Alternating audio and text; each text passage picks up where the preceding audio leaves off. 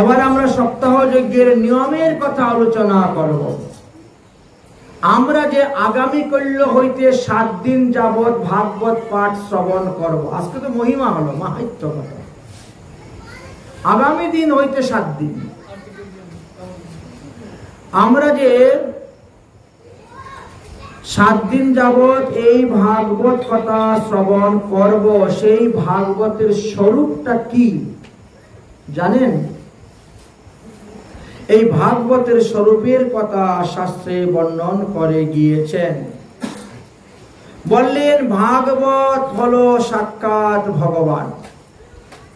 ভাগবতম সাক্ষাৎ শ্রী ভাগবতম সদাহা স্বরূপেণ একম প্রাপ্তিম সচিদানন্দ লক্ষণম। অর্থাৎ এই শ্রীমদ্ ভাগবত মহাপুরাণ ভগবানেরই অংশ স্বরূপ এবং অভিন্ন তত্ত্ব। সচিদানন্দ ভগবান শ্রীকৃষ্ণ হইতে ভাগবতকে বলছেন অভিন্ন তত্ত্ব। কিভাবে অভিন্ন তত্ত্ব? বলেন পাদৌ যতয়ু প্রথমৌ দ্বিতীয়া তৃতীয়স্তৌ চতুর্থম কথ্যতে। তাহলে ভাগবতের প্রথম স্কন্ধ দ্বিতীয় স্কন্ধ ভগবানের 2টা চরণ, তৃতীয় স্কন্ধ চতুর্থ স্কন্ধ 2টা উরু, পঞ্চম স্কন্ধ হলো নাভি, ষষ্ঠ স্কন্ধ হলো হৃদয়, সপ্তম স্কন্ধ অষ্টম স্কন্ধ 2 বাহু, নবম স্কন্ধ হলো কণ্ঠদেশ, দশম স্কন্ধ মুখমণ্ডল, একাদশ স্কন্ধ ললাট, আর দ্বাদশ স্কন্ধ হলো মস্তক। তাই এই প্রেমময় ভাগবত শ্রীকৃষ্ণের অঙ্গ, তাহাতে কহিন যত গুপ্ত কৃষ্ণর অঙ্গ। ভাগবতে পুজিলে কৃষ্ণের পূজা হয়, ভাগবত পঠন পাঠন ভক্তির সময়। ভাগবত তুলসী গঙ্গা ভক্তজনে, চতুর্বিধা বিগ্রহ এই 4 স্থানে। ভগবান 4টি স্থানে অবস্থান করছেন। আমরা যে শ্রীমদ্ ভাগবত মহাপুরাণ আস্বাদন করতেছি, এই ভাগবত মহাপুরাণ ভগবান শ্রীকৃষ্ণ ব্রহ্মাকে দান করেছিলেন। ব্রহ্মা 7 দিনে এই ভাগবত পাঠ করেছিলেন। সপ্তাহম যজ্ঞবতম বতুমশ্রম সময়া সাত্বিকম মুধা সেইবিতম রাজস্যাম তৈম্যং বহু পূজ্যাদি শোভনম। তারপরে বিষ্ণুকে দান করেছিলেন। বিষ্ণু 1 মাস ব্যাপী এই ভাগবত পাঠ করেছেন। লক্ষ্মী 2 মাস ব্যাপী এই ভাগবত পাঠ করেছেন। আর মহাদেব 1 বৎসর ব্যাপী এই ভাগবত পাঠ করেছিলেন। এই কারণে ভাগবত মহাপুরাণ 3 ভাবে পাঠ হয়ে থাকে। এক হলো সপ্তাহী ব্যাপী পাঠ, এক হলো 1 মাস ব্যাপী পাঠ, এবং এক হলো 1 বৎসর ব্যাপী পাঠ। এইভাবে সাত্বিক, রাজস্বিক, তামসিক 3 ভাবে এই ভাগবত পাঠ হয়ে থাকে। তাই এই ভাগবত পাঠের 3 রকম ফলের কথা বর্ণন করে গিয়েছেন।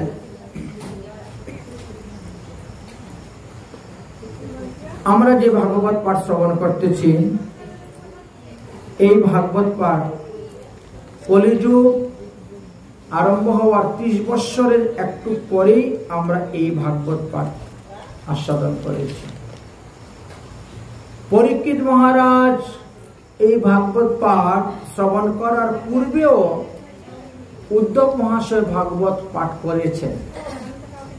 শ্রীধাম বৃন্দাবনের রাধাকুণ্ড থেকে গোবর্ধনের যাওয়ার সময় যে কুসুম সরোবর পাওয়া যায়, সেই কুসুম সরোবরের কোণাতে 1 মাস ব্যাপী ভাগবত পাঠ করেছিলেন উদ্ধব মহাশয়। পরীক্ষিত ওখানেও গিয়েছিলেন ভাগবতে শ্রোতা হয়ে, ভাগবত কা শ্রবণ করবেন। কিন্তু সেই সময়ে তিনার কাছে এসে সংবাদ আসলো যে তিনার রাজ্যেতে কলি প্রবেশ করেছে। এই জন্য বৃন্দাবনে কুসুম সরোবরের তীরে বসে উদ্ধবের মুখ থেকে ভাগবত শ্রবণ করার সৌভাগ্য রাজা পরীক্ষিতের হলো না। পরীক্ষিত মহারাজ বড় দুশ্চিন্তায় পড়ে গিয়েছিলেন। তিনি তখন বললেন, এখন আমি কি করি উপায়? তখন সুখদেবজি উদ্ধবজি বললেন যে নন্দনন্দন রূপস্থ শ্রী শুক ভগবান ঋষি। নন্দনন্দন শ্রীকৃষ্ণেরই রূপ স্বরূপ, অংশ স্বরূপ। সেই সুকমুনি আসবেন তোমার কাছে, তোমাকে ভাগবত কথা শ্রবণ করানোর জন্য। তুমি চিন্তা করিও না, তুমি যাও। তাহলে সুখদেব কখন এসে পরীক্ষিতকে ভাগবত কথা শুনিয়েছিলেন? আকৃষ্ণ নিগমাত্রিংশ বর্ষাদয় গত কলো। কলিযুগের 30 বছর থেকে একটু বেশি বয়স পার হয়েছিল, তখন পরীক্ষিত মহারাজকে ভাগবত শুনিয়েছিলেন সুখদেব গোস্বামীপাদ এই কার্তিক মাসের শুক্লপক্ষের নবমী থেকে। কার্তিক মাসের শুক্লপক্ষের নবমী, ভুল হয়েছে, ভাদ্র মাস। ভাদ্র মাসের শুক্লপক্ষের নবমীতে তিনি শ্রবণ করিয়েছিলেন। যে তিথিটা এই বছর আমাদের পড়েছে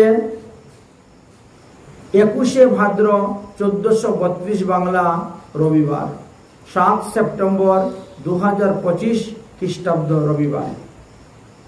এই বছর হলো 5106তম শ্রীমদ্ ভাগবত জয়ন্তী সামনে আমাদের আসতেছে।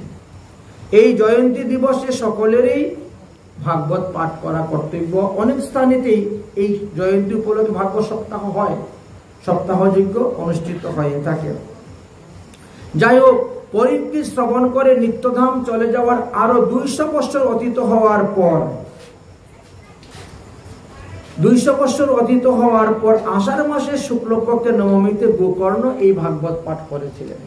তাহলে কলিযুগের 230 বছর পরে পরীক্ষিত শ্রবণ করে উদ্ধার 200 বছর পর, তাহলে 230 বছর কলিযুগের গত হওয়ার পরে এই ধুন্ধকারী উদ্ধার হয়েছিলেন। আর তার থেকে আরো 30 বছর গত হওয়ার পর ওই সুতমুনি সৌনকাদি ঋষিগণের নিকটে ভাগবত কথা বর্ণনা করেছিলেন, দেখা গেল। তো যাই হোক, তো এইভাবে 260 বছর কলিযুগের 260 বছর অতীত হওয়ার পর এই ভাগবত কথা আস্বাদন করেছিলেন সৌনকাদি মুনিগণ। এখন প্রশ্ন হলো যে এই ভাগবত কথা শ্রবণের দ্বারা কাদের কাদের মঙ্গল হবে, কাদের কাদের কল্যাণ হবে, কারা কারা সিদ্ধি লাভ করতে পারবেন, বা কে কে এই ভাগবত পাঠ দিতে পারেন? 1 নম্বর হলো ভগবত পিতার্থে আপনি নিষ্কাম ভাবে 7 দিন ভাগবত পাঠ দিতে পারেন। 2 নম্বর হলো মোক্ষ প্রাপ্তির জন্য আপনি ভাগবত পাঠ দিতে পারেন। 3 নম্বর বিঘ্ন বিনাশনের জন্য আপনি ভাগবত পাঠ দিতে পারেন। 4 নম্বর ধন সম্পদ প্রাপ্তির জন্য ভাগবত পাঠ দিতে পারেন। 5 নম্বর সংকট নাশের জন্য ভাগবত পাঠ দিতে পারেন। 8 নম্বর রোগ মুক্তির জন্য ভাগবত পাঠ দিতে পারেন। 9 নম্বর পুত্র সন্তান প্রাপ্তির জন্য ভাগবত পাঠ দিতে পারেন। 10 নম্বর উত্তম স্ত্রী প্রাপ্তির জন্য ভাগবত সপ্তাহ দিতে পারেন। 11 নম্বর নিষ্কণ্টক রাজ্য লাভের জন্য ভাগবত পাঠ দিতে পারেন। 12 নম্বর শ্রীকৃষ্ণ ভক্তি প্রাপ্তির জন্য ভাগবত পাঠ দিতে পারেন। 13 নম্বর পরাভক্তি কৃষ্ণ প্রেম লাভের জন্য ভাগবত পাঠ দিতে পারেন। 14 নম্বর যুগ সিদ্ধির জন্য ভাগবত পাঠ দিতে পারেন। 15 নম্বর চিত্ত নিবৃত্তির জন্য ভাগবত পাঠ দিতে পারেন। 16 নম্বর ঐশ্বর্য প্রাপ্তির জন্য ভাগবত পাঠ দিতে পারেন। 17 নম্বর কামনা সিদ্ধির জন্য ভাগবত পাঠ দিতে পারেন। 18 নম্বর পাপ থেকে নাশের জন্য ভাগবত পাঠ দিতে পারেন।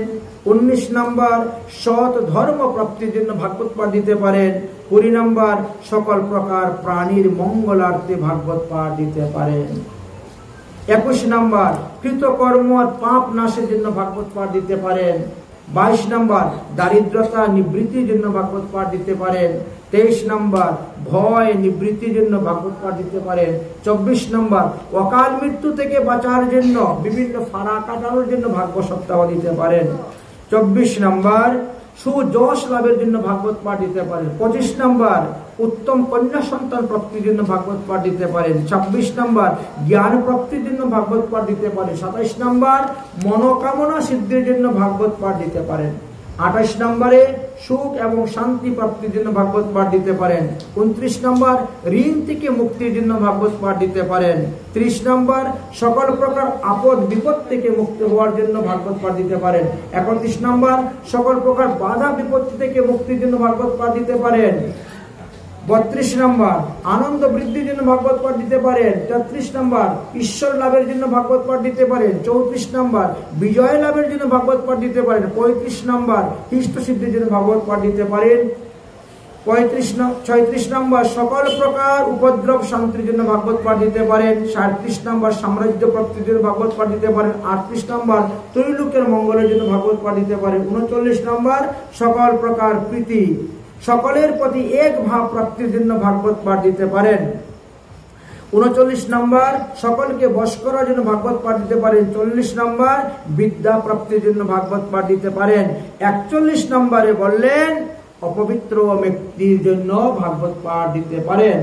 অপবিত্র ভাবে যারা মারা গিয়েছেন, জলে ডুবে, বিষ খেয়ে, ফাঁস লাগিয়ে, গাড়ির তলে পরে অ্যাক্সিডেন্ট করে, আগুনে পুড়ে, তাদের আত্মকল্যাণের জন্য, শান্তির জন্য ভাগবত পাঠ দিতে পারেন। ভাগবত পাঠ দেওয়ার জন্য আগে একটা মাস, তারিখ, তিথি, দিন ইত্যাদি পঞ্জিকা দেখে, শুভ সময়, শুভ নক্ষত্র দেখে পাঠ আরম্ভ করিতে হয়। আর যে কয়দিন আপনি পাঠ শ্রবণ করিবেন সেই কয়দিন আপনাকে অভিসন্ন গ্রহণ করতে হবে, ব্রহ্মচর্য পালন করতে হবে, ভূমিতে শয়ন করতে হবে ইত্যাদি ইত্যাদি নিয়মের কথা আলোচনা বলে গিয়েছে। সেই সমস্ত নিয়ম যদি আপনি পালন করে আপনি ভাগবত কথা শ্রবণ করেন, তাহলে ভাগবত কথা শ্রবণের যে ফল, উত্তম ফল, সেই উত্তম ফলটাই আপনি লাভ করতে পারবেন। আর এর জন্যই ধুন্ধুকারীর চরিত্র কথাটা এখানে তুলে ধরেছিলেন। আমরা অতি সংক্ষেপে ভাগবত পাঠের মাহাত্ম্য কথা আস্বাদন করলাম। আজকের মতো ভাগবতীয় কথা আমরা এখানে বিশ্রাম দিচ্ছি। শ্রীমৎ মহাপ্রভুর কৃপা হলে আগামী কল্য আমরা ভাগবতের প্রথম স্কন্ধের প্রথম অধ্যায়ের 1 নম্বর শ্লোক থেকে ভাগবত কথা আরম্ভ করব এবং 7 দিন আমরা এই ভাগবত আস্বাদন করে যাব। আজকে শুধু মাহাত্ম্য কথা আলোচনা করা হলো। আজকের মতো ভাগবতীয় কথা এখানেই বিশ্রাম। জয় জয় রাধেশ্যাম। নিতাই গৌর হরি।